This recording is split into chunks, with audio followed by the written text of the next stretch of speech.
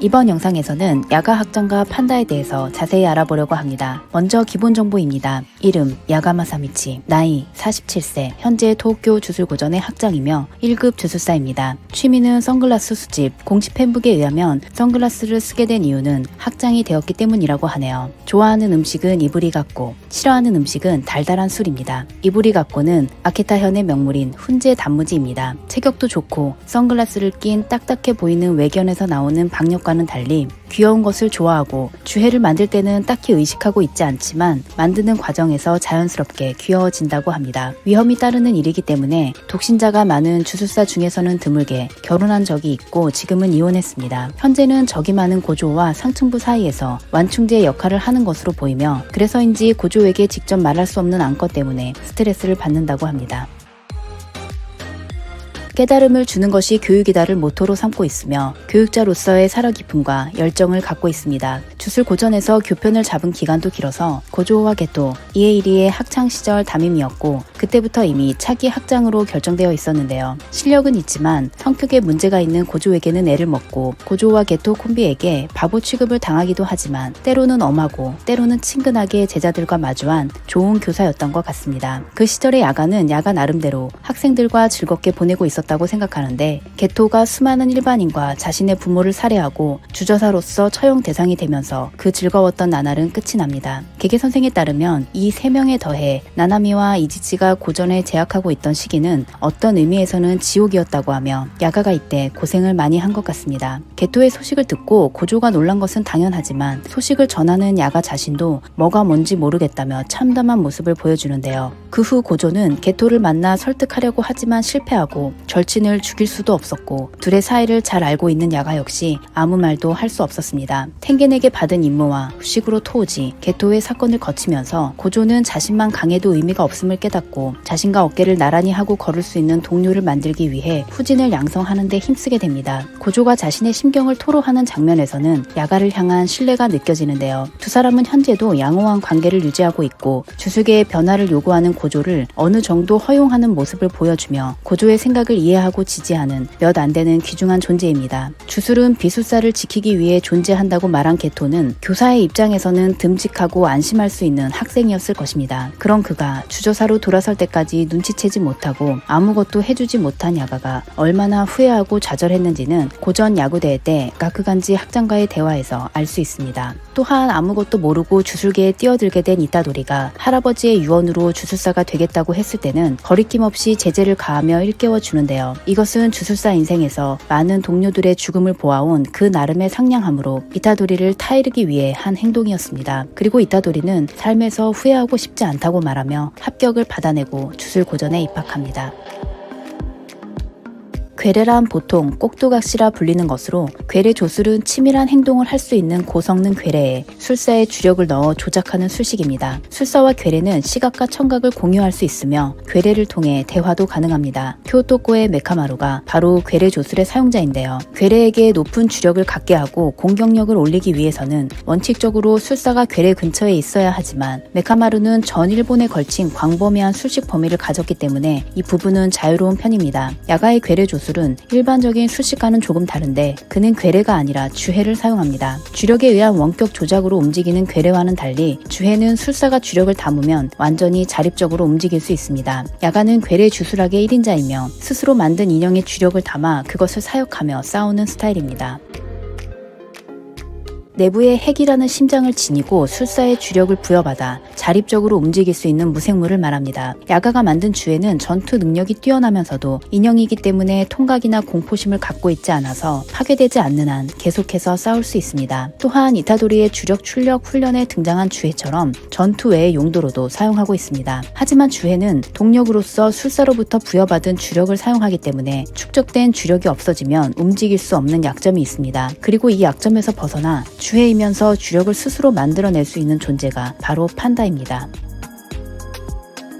인간과 마찬가지로 감정을 가지고 태어났으며 인간의 언어를 말하는 야가 최고의 걸작인 주해로 주력의 자기 보완이 가능한 완전 자립형 인공주해입니다. 수컷 자이언트 판다로 현재 주술고전 2학년이며 준 2급 주술사입니다. 생일은 3월 5일, 키 190cm 이상, 좋아하는 음식은 카루파스. 카루파스는 드라이 소시지의 일종으로 간식이나 술안주로도 인기가 있고 맛은 살라미하고 거의 비슷합니다. 싫어하는 음식은 조리대 잎이라고 하는데요. 저의 요즘 최애 영상은 에버랜드 푸바오인데 대나무 잎을 먹는 모습이 너무 귀엽더라고요. 하지만 판다는 판다가 아니니까 이파리 먹으라고 하면 싫어하겠죠. 취미는 판다 굿즈 수집. 판다 이외의 동물이 사랑받는 것이 스트레스라고 합니다. 태어날 당시는 인간 아기만한 크기였으며 야가 학장의 사랑 속에 격투기 등의 훈련을 거쳐 주술고전에 입학합니다. 입학 절차는 야가가 직접 맡았다고 하며 오코츠, 이누마키, 마키와 동급생이 되어 함께 임무를 수행해 나가고 야가는 학장으로서 그것을 지켜봅니다. 겉모습은 완전한 판다지만 높은 지성을 갖고 있고 분위기를 환기시키는 역할을 하거나 마키와 오코츠를 연결시켜 주려고 하는 등 인간 관계에도 신경을 쓰지만 인간이 아니기에 독특한 자신만의 시선을 갖는 것도 특징입니다. 주해는 본래 심장에 해당하는 핵을 1개 가지고 있지만 판다는 3개의 핵을 가지고 있으며 핵을 교체하여 바디를 전환할 수 있습니다. 판다 핵은 균형 중시, 형인 고릴라 핵은 단기 결전의 파워 중시, 누나 핵은 부끄럼쟁이라는 것 이외에는 밝혀지지 않았습니다. 주해의 약점은 이 핵이지만 판다는 3개나 있기 때문에 이것을 전부 파괴하지 않는 한 움직일 수 있고 핵의 위치를 컨트롤할 수 있는 데다 애초에 핵이 3개라는 것도 극비입니다. 6탄전이 특기이고 두뇌 싸움도 잘하며 고릴라 모드에서는 공격과 동시에 방어 불능의 데미지를 주는 드러밍 비트를 사용합니다.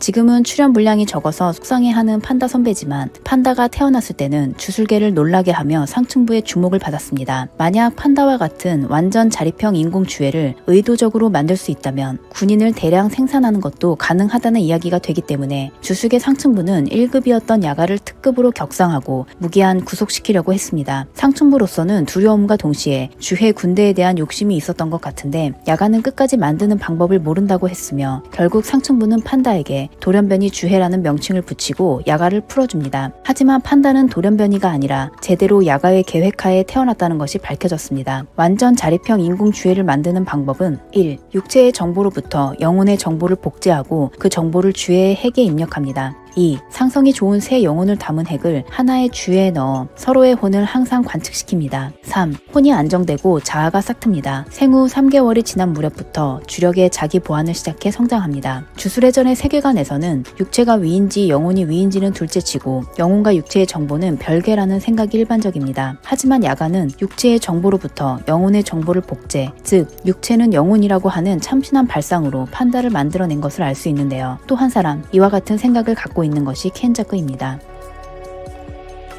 부상자의 치료를 빠르게 할 수 있도록 치료용의 거점을 만들고 반전 수식을 사용하는 이에이리를 배치한 것이 야가 학장입니다. 반전 수식으로 타인의 치료가 가능한 이에이리는 최중요 인물로 야가는 그녀를 보호하기 위해 치료 거점 주변에 주해를 배치하고 수비에 전념합니다. 시부야 사변이 끝나고 주술 총관부는 야가 학장이 고조와 게토에게 사주해 시부야 사변을 일으킨 것으로 보고 사형을 인정합니다. 작중 인호는 고조의 변덕으로 구한 사람이 많이 있고 고조가 없어지면 최악의 경우 그들은 제거될 것이라고 했는데요. 야가도 그중 한 명이었습니다. 애초에 상층부는 판다가 우연히 태어났다는 야가의 말을 믿고 풀어준 것이 아니라 고조가 어떠한 방법으로 상층부를 협박한 것으로 보이며 그래서 그가 봉인되자마자 그동안 눈엣가시였지만 고조가 무서워서 건드리지 못한 야가의 사형을 빠르게 결정한 것 같습니다.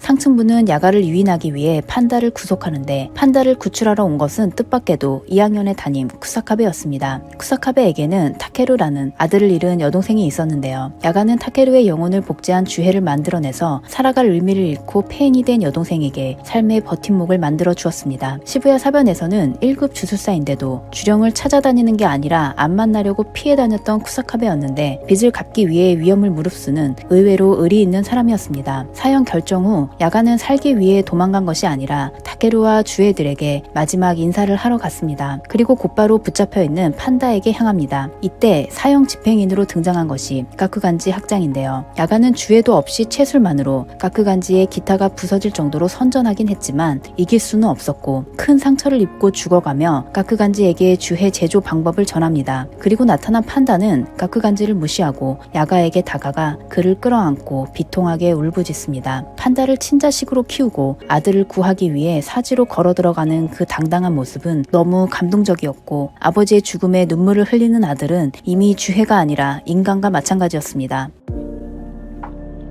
원래 야가와 가크간지는 사이가 나쁘지 않았고 이것이 그의 의지가 아닌 상부의 명령으로 한 것이라고 판다는 이해했으며, 가크간지를 떨어져 있는 나이프와 같다고 말합니다. 개계 선생이 어떤 뜻으로 이 표현을 사용한 것인지는 알 수 없으나 단순히 생각하면 상층부의 도구에 지나지 않는다는 뜻이겠죠. 여기에 관련해 트위터에서 화제가 된 내용은 증권 용어에서 등장하는 떨어지는 나이프는 잡지 마라입니다. 떨어지는 나이프에는 상처를 입기 때문에 나이프가 바닥에 떨어진 후, 즉 바닥을 친 것을 확인한 후 투자해야 한다는 뜻인데요. 이제까지 가크간지는 상층부의 명령대로 움직이는 떨어지고 있는 나이프였습니다. 하지만 지금 바닥에 떨어져 있는 나이프는 야가의 저주에 의해 앞으로 주수계를 크게 바꿀 비밀을 알게 되었습니다. 그 나이프의 끝이 어디를 향하는지에 따라 전개가 바뀔 가능성이 있고, 자신의 힘으로는 고조를 구출할 수도 판다를 지킬 수도 없게 된 야가가 마지막 희망으로 선택한 길이 아닌가 싶습니다.